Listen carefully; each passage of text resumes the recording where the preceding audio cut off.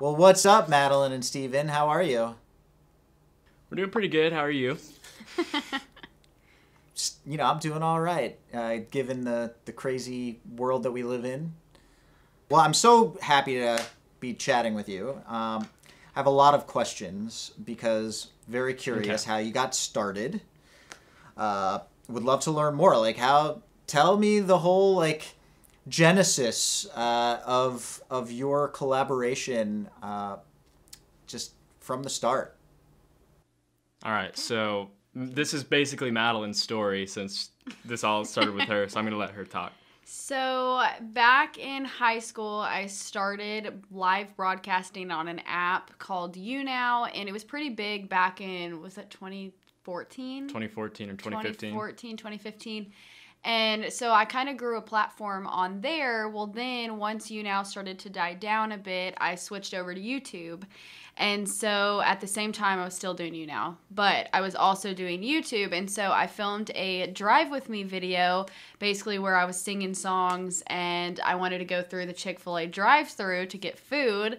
And I ended up seeing Steven. And so our first ever reaction is actually, well, my reaction is caught on camera to me seeing Steven, and I thought he was just super cute and yada, yada, yada. And so we started talking, and I was still very heavily into social media, and so he kind of got thrown into it too. Kind of out of nowhere. It took me by surprise in a way.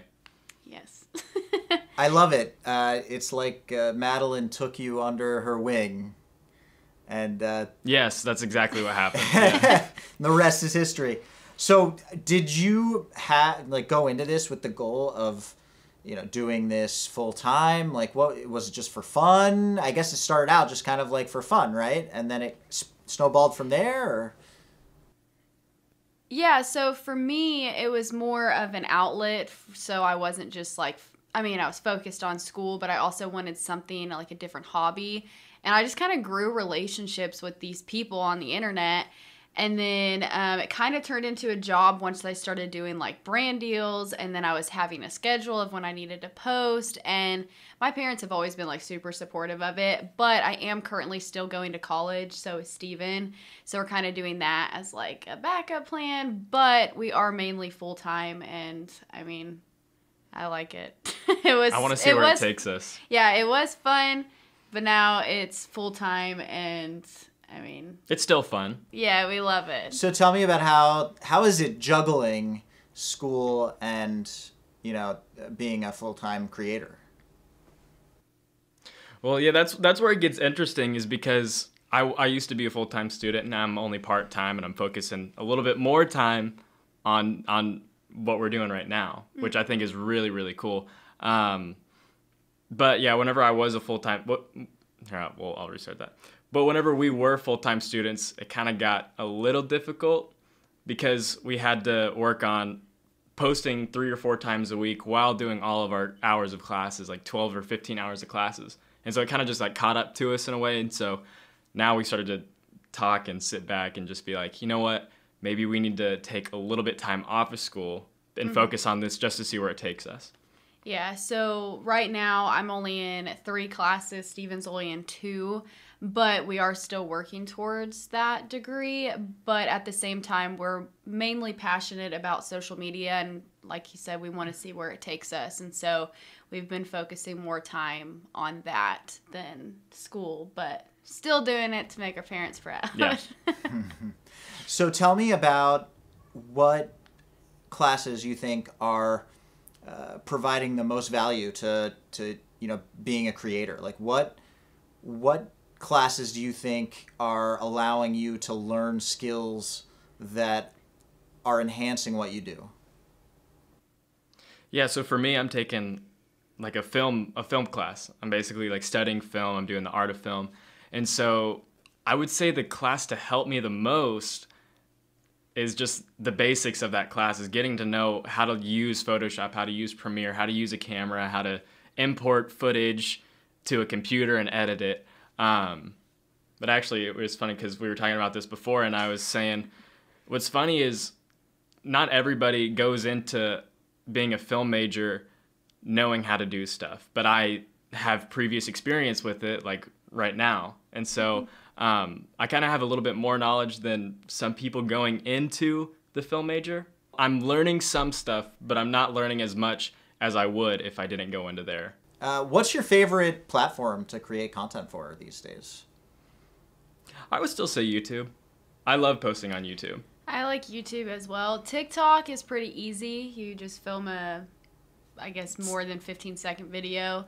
So I like that as well. But YouTube is always going to be that, like, in our heart, because that's where we first started. Yeah, and you can post more than just a minute of what you do in a day.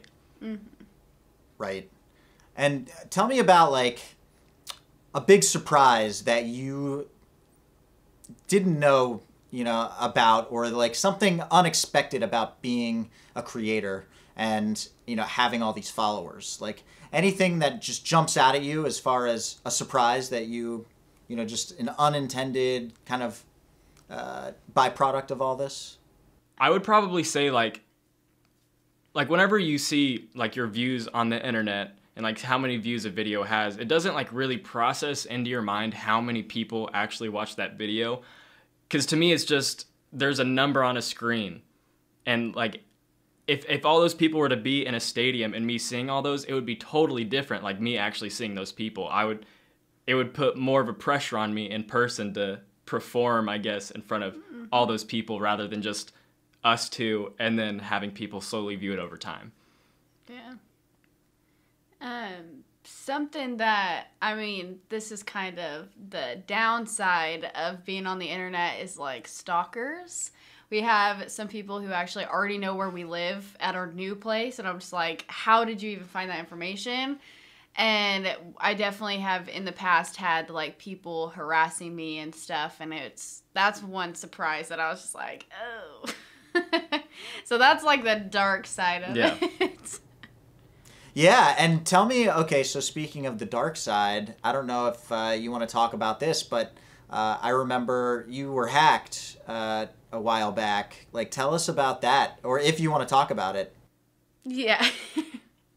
That was a really scary time. It kind of came out of nowhere, and it's kind of like your adrenaline was rushing for several hours, and then it finally came to terms, and you're like, our stuff was gone for a little bit. Yeah, it was scary because it really put into perspective, like, how fast this stuff can be, like, taken from us. Because we felt like all the hard work we have put in for the last 4 years was just gone. Like, there was no trace of our YouTube, and we just, like, it freaked us out. We now have, like, crazy passwords and stuff like that.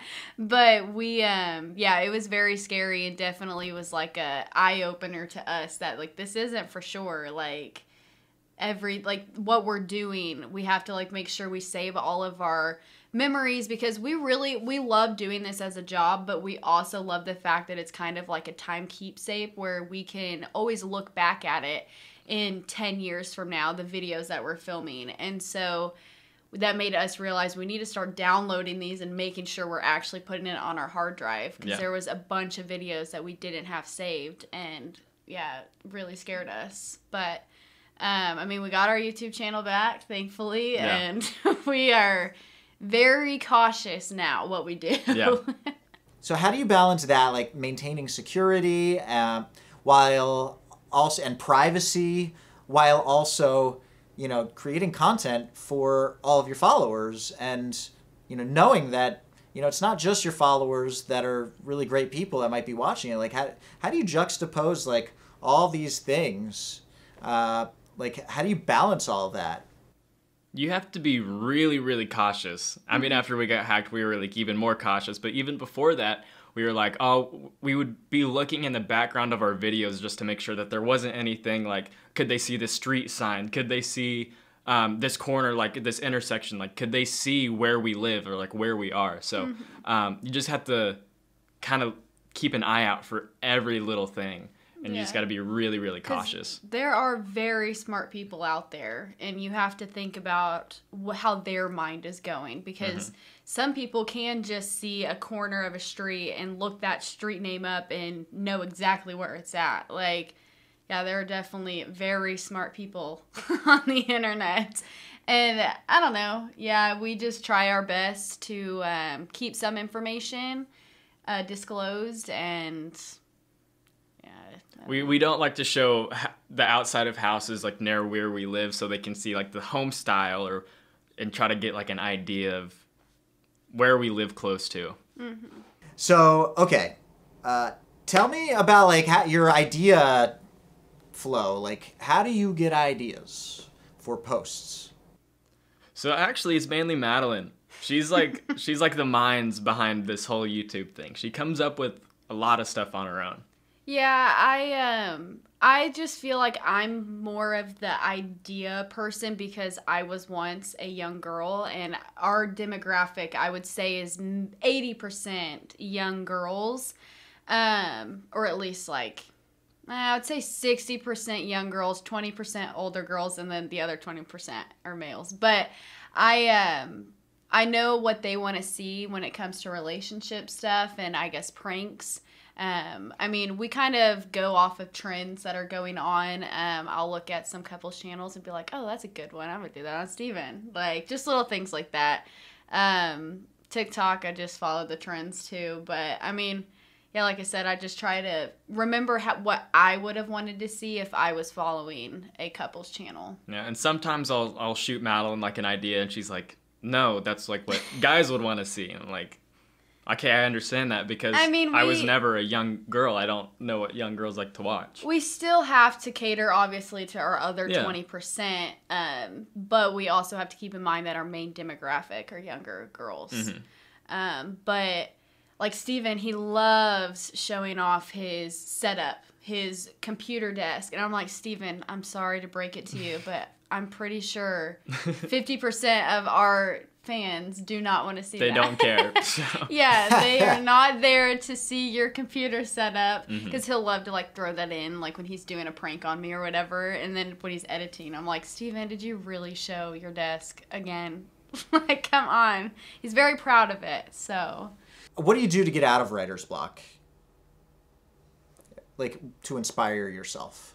I would say you just research. Like, you just go online and kind of see like what's going on, if you could kind of put a twist on a certain video. Yeah, like kind of what's trending. And it's very good that we have that resource of other couples channels around us and other creators, because we can be like, oh, that worked well for them, maybe it'll work well for us. But yeah, no, I don't know how we really like get out of it. I think it's more of like a day thing, and then we're like, oh, here's an idea. Sometimes we just need rest. Sometimes we just need to go to sleep. Maybe sometimes we need to go eat. Because I know earlier today I was in a funk and I ate food and now I'm better. So it's kind of just like, kind of depends on what you do for the day. Got it. And what are your thoughts on TikTok versus Reels? I've never really done Reels. I don't really get them, but I feel like TikTok has more of an audience than Reels do. Well, actually, apparently, it's switched. Really? So now Reels is really big. I mean, we haven't really... I get on Instagram, but I definitely don't put too much time into it like I probably should. So, I mean, I guess... Really, a lot of people just take their TikToks and re-upload them to Reels. But what I don't like about it is that it has to be 30 seconds. So, if we had a whole minute... TikTok, then we have to like somehow crop it down to 30 seconds. So that's one reason why I haven't really been using it a lot, but I do know that it definitely has some people on there. So 5 years from now, where do you see yourselves? And just tell me, like, 5 years into the future, if you were a psychic or if all your dreams could come true, where would you be? I'm going to let Madeline take debate on this one. Okay. Ideally, I would like to have 2 kids. Whoa. Just kidding. At least one. And I don't know. We want to build a home probably within the next 5 years, closer to the 5-year mark. So maybe in the process of building a new home. And then hopefully we've already hit 1 million. That's our goal this year. Yeah. So I'm going to say 2 million subscribers, maybe more. That's funny because I was focusing more on like the family aspect of YouTube. I was saying I would at least want to have one kid, maybe two, maybe, I don't know, we'll talk about it after this. And then, yeah, definitely move to another spot and transforming our YouTube channel into like a family channel instead of a couples channel. Mm-hmm. Tell me like about some of your hobbies, like outside of creating content. Like, what do you guys love to do? So I like doing crafts. I'm actually making a Valentine's Day box for my nephew right now that's Minecraft themed. But I do have like a little side hustle. I sell stuff on like Facebook Marketplace with my Cricut machine. But that's mainly my hobby is crafting. Mm-hmm. Yeah, mine is, it's kind of a mixture between indoor and outdoor stuff. I love to play video games. It's kind of just like a getaway for me, but I also love to wakeboard and snowboard. Those are like my two all-time favorite things in the entire world. It's really fun to me just to like get outside for like 7 hours and it doesn't even feel like 7 hours. Yeah, I love snowboarding myself. Tons of fun. Are you gonna do that this year at all, or? Yeah, we did with my family. We went out to Utah. And that was another thing. We tried to go visit Madeline's brother and his soon-to-be wife. And it was weird because we didn't hug each other at all while we were there either. And we weren't, we were supposed to stay with them, but we ended up getting our own hotel just to kind of like... Give them their space, yeah. Yeah, because they definitely are, they're definitely afraid because they have underlying conditions and whatnot. So we respected that. But we still met up with them on the mountain respectfully, like stayed our distance, and it was definitely a lot of fun. It was a lot of fun. I thought I hated skiing, but turns out I actually kind of like it. She just had a bad first time skiing, and then the second time she went, she realized that maybe it wasn't so bad. Mm-hmm. Now I kind of want to hear about this bad first experience. Like, what happened? There is YouTube footage of it. There's a blog if you guys want to check that out. Well, I got overtired. I'm not very in shape. And so I just got super exhausted and I couldn't stop properly because my legs hurt so bad. And so I was just like going way too fast. I kept falling, and my brother Brandon and Steven accidentally took me up on a blue, and I had just gotten off the bunny hill.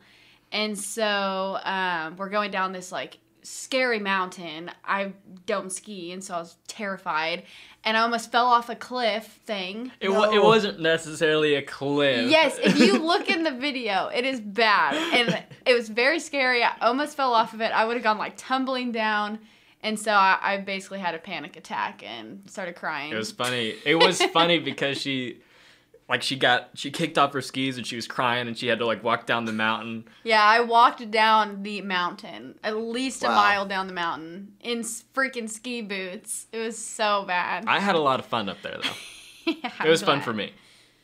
Well, I'm glad that you had a good, subsequent experience. Well, I love you guys. I think you're fantastic, and you're just some of the most wholesome, down-to-earth, authentic people that I think are creating content these days. So it's a pleasure. Well, thank you, Justin. I appreciate it. Yeah, and I hope you have a wonderful rest of your day and week. Well, take care.